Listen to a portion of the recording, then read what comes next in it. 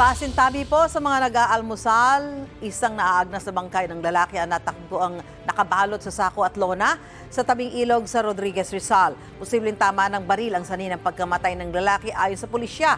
May unang balita si EJ Gomez. Sa gilid ng ilog sa barangay San Jose, Rodriguez, Rizal, natagpuan ang bangkay ng isang lalaking nakabalot ng sako at lona.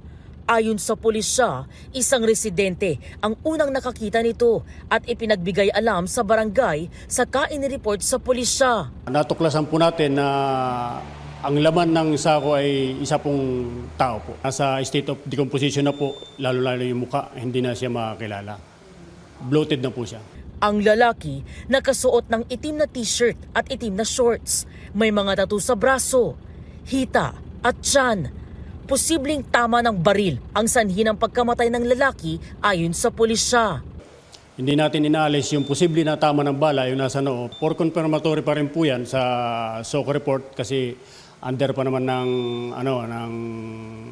technical investigation. Maaring sa ibang lugar daw itinapon ang bangkay at inanod lang sa ilog patungong Rodriguez, Rizal. Yung lugar ma'am ng pinagtagpuan ng bangkay ay medyo isolated po siya. Tabing ilog, walang CCTV naka-install, bibihira po ang taong dumadaan doon.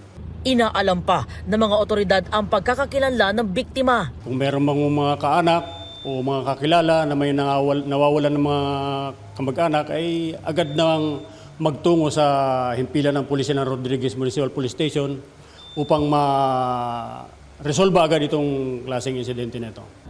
Ito ang unang balita. EJ Gomez para sa GMA Integrated News. Gusto mo bang mauna sa mga balita?